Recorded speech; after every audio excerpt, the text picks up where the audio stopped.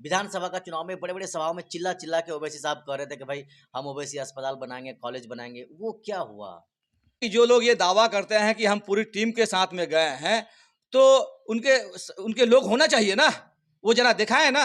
अभी तो social media का जमाना है। हैबर बाबा को हम लोगों ने जिम्मेदारी दी तो हैबर बाबा ने दिखाया ना कि कितने लोगों को लेके वो आए, उनके कितने समर्थक जो है पार्टी ज्वाइन किए। अभी तो ये शुरुआत है, बहुत लोगों को अभी जुड़ना है।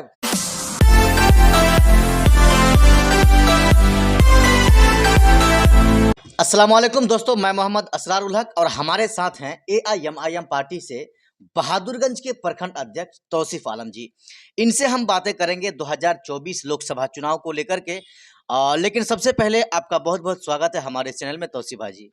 बहुत बहुत शुक्रिया सद्दाम भाई कि आप इस नाचीज के पास इतना दूर से चल के आए हैं और आगामी 2024 के मद्देनजर हम समझते हैं कि आज सवाल जवाब होगा। इस तरह से ठाकुरगंज को लेकर हम सबसे पहला सवाल आपसे कर रहे हैं। ठाकुरगंज में 2020 विधानसभा चुनाव में आपको कामयाबी नहीं मिली, बाकी विधानसभाओं में तो आपके उम्मीदवारों को जीत हासिल हुई थी। भले ही वो सब अब नहीं रहे आपकी पार्टी में, लेकिन हैबर बाबा रहीमुद्दीन उर्फ हैबर बाबा को लेकर हम आपसे सवाल करेंगे। उनके आने के बाद ठाकुरगंज में कैसा रिजल्ट रहेगा आपका, बताइए सबसे पहले। देखिए, सबसे पहले तो मैं बिहार प्रदेश अध्यक्ष जनाब अख्तरुल ईमान साहब, आदिल हसन आज़ाद साहब, इश्तियाक साहब, इंजीनियर आफ्ताब साहब, मासूम रजा साहब, यानी पूरे प्रदेश की टीम के साथ साथ किशनगंज जिला की टीम को मुबारकबाद पेश करते हैं कि उन्होंने एक मजबूत सिपाही हैबर बाबा के रूप में मजलिस इत्तेहादुल मुस्लिमीन को देने का काम किया है। और मैं नवनिर्वाचित जिला अध्यक्ष रहमुद्दीन, जिन्हें आप और हम हैबर बाबा के नाम से जानते हैं, उनको मुबारकबाद पेश करता हूं कि उनको पार्टी के लोगों ने, पार्टी के वरिष्ठ लोगों ने एक बड़ी जिम्मेदारी सौंपी है। और हम समझते हैं कि जिस तरह से आप कहे कि ठाकुरगंज में कुछ हम लोग कमज़ोर पड़े थे, निश्चित तौर पर हम लोग 2020 में कुछ कमज़ोर पड़े थे, लेकिन हम समझते हैं कि हैबर बाबा के आ जाने से और उनको एक बड़ी जो जिम्मेदारी दी गई है, उस जिम्मेदारी को देने से कहीं ना कहीं सिर्फ ठाकुरगंज ही नहीं, पूरे किशनगंज जिला के अंदर हम लोगों को एक नई मजबूती मिलेगी। चूँकि इससे पहले हमारे इशाक भाई जिला अध्यक्ष जो थे, उन्होंने भी काफ़ी मेहनत की और उनके रीजन में भी रिजल्ट बहुत अच्छा रहा। हम लोगों ने लोगों से मिलकर अपनी पार्टी की बातों को पहुंचाने का काम किया है।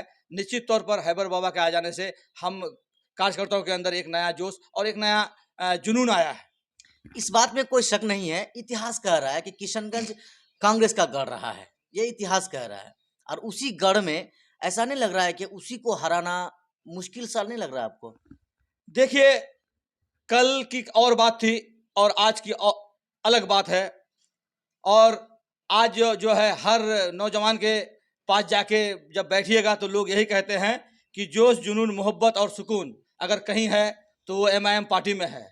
और इसी को देखते हुए लोगों ने एमआईएम को सपोर्ट किया है, क्योंकि हम समझते हैं कि और पार्टी के जो कैंडिडेट हैं वो पार्टी के हिसाब से ही चलते हैं, पार्टी के कहने पर भी उठते हैं और बैठते हैं। लेकिन भाई जनाब अख्तरुल ईमान साहब जो लड़ाई लड़ रहे हैं, वो सीमांचल की बदहाली के लिए लड़ाई लड़ रहे हैं।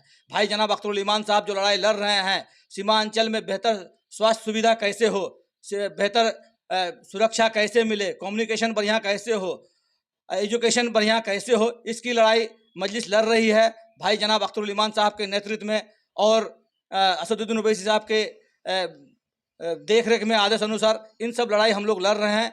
और यही वजह है कि एमआईएम जो है लोगों में पहुंच पाई है, एमआईएम की मकबूलियत बढ़ी है। और इंशाअल्लाह आप देखेंगे कि टिकट की लड़ाई में लोग लड़ते रह जाएंगे, पार्टी के नाम पर वोट मांगते रह जाएंगे, लेकिन लोगों के विश्वास पे कोई खड़ा उतर पाया है तो उनका नाम अख्तरुल ईमान साहब है। और इंशाअल्लाह हम लोग भारी बहुमत से इस बार 2024 को फतह करेंगे। ऐसा नहीं लग रहा है? ये सवाल तो आपसे बनता ही है क्योंकि चुनाव बहुत करीब है। अगर संगठन को लेकर मैं आपसे पूछूं तो आपके संगठन के अंदर तैयारियां क्या क्या चल रही है लोकसभा को लेकर के? देखिए, जहां तक हम समझते हैं संगठन की बात है, तो मैं थोड़ा आपको पीछे लेके जाना चाहूँगा कि 2015 के बाद, 2015 में जब एमआईएम यहाँ आई थी तो लोग यहाँ एमआईएम के नाम को भी नहीं जानते थे। लेकिन जब हम लोगों ने संगठन पर काम किया, अल्हम्दुलिल्लाह 2019 में हम लोगों ने 3 लाख के आसपास वोट लाने का काम किया है, जबकि बिल्कुल नई पार्टी उस टाइम थी। लोग जान भी नहीं रहे थे कि इस पार्टी के बानी कौन है, असदुद्दीन ओवैसी साहब कहाँ से ताल्लुक़ रखते हैं, उनका बैकग्राउंड क्या है। और धीरे धीरे जब 2020 में हर पंचायतों में हम लोगों ने संगठन खड़ा किया, परिणाम क्या हुआ कि हम लोगों ने से यहाँ 5 नहीं बल्कि 6 एमएलए जिताने का काम किया है, उपचुनाव को अगर जोड़ दें जी, तो हमारे संगठन। अच्छा, दूसरी बात यह है कि हमारे एमएलए तो चले गए, जी, ठीक है, वो आए पार्टी में कुछ दिन के लिए और टिकट लिए, इलेक्शन जीते और चले गए, लेकिन अल्हम्दुलिल्लाह हमारा एक भी पंचायत अध्यक्ष, एक भी प्रखंड अध्यक्ष, एक भी वार्ड अध्यक्ष तक जो है वो अपने साथ ले जा नहीं पाए हैं। यानी कहीं ना कहीं हमारे जो लोग थे आज भी हैं और आज भी हम संगठन पे काम कर रहे हैं। आपने देखा होगा सोशल मीडिया के माध्यम से कई जगह पे, कई प्रखंडों में हम लोगों ने अपने कार्यकर्ताओं की मीटिंग की। अभी किशनगंज में जिला स्तरीय मीटिंग हुआ, लोगों की काफ़ी भीड़ रही। इस तरह से अभी और फिर 8 तारीख को हम लोग दिघल बैंक पहुंच रहे हैं। तो धीरे धीरे जो हमारे संगठन बने हुए हैं, जी, ऐसा नहीं है कि संगठन मेरा बना हुआ नहीं है, संगठन बने हुए हैं, उसको हम लोग एक नया रूप दे रहे हैं। और हम समझते हैं कि इसी नए रूप में जो है अभी आप देख ही रहे हैं कि हैबर बाबा को जिला अध्यक्ष बनाया गया है, अमीरुल भाई को पार्टी की जिम्मेदारी दी गई है। तो इस तरह से और भी कई लोग हैं जिनको पार्टी की जिम्मेदारी दी गई है। तो अब इन लोगों के आ जाने से एक नया जोश भी आया है और हमारे जो संगठन के लोग हैं वो पहले से ज़्यादा बेहतर ढंग से अब काम कर रहे हैं और इंशाअल्लाह आगे काम करते रहेंगे और 2019 जो है हम लोगों के लिए आसान होगा। 2019 तो गुजर चुका है, 2024 24 आपके लिए आसान हो जाएगा, ये आप कह रहे हैं। पर कुछ लोगों का ये भी कहना है कि भाई ओवैसी के साथ जितने विधायक चले गए उनकी पार्टी को छोड़ करके, आप कह रहे हैं कि हमारे एक वार्ड सदस्य को भी नहीं ले जा सके, वो वार्ड सचिव को भी नहीं ले जा सके। उनका दावा है कि भाई हम तो आए ही हैं हमारी पूरी टीम के साथ, यानी पूरे वोटर्स के साथ हम आरजेडी में गए हैं। तो अगर ऐसा है कि जो लोग ये दावा करते हैं कि हम पूरी टीम के साथ में गए हैं, तो उनके उनके लोग होना चाहिए ना, वो जरा दिखाएं ना। अभी तो सोशल मीडिया का जमाना है।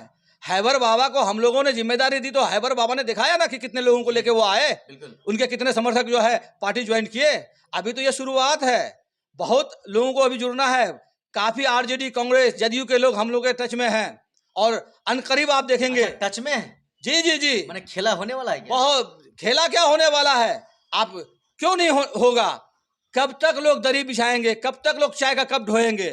आज देखिए कि और पार्टियों में, खास करके महागठबंधन के नाम पे ये लोग जो अभी बरगलाने की कोशिश कर रहे हैं, वहां तो टिकट की ही मारामारी चालू है। कोई कह रहा है कि हमें टिकट मिल रहा है, कोई कह रहा है हमें टिकट मिल रहा है।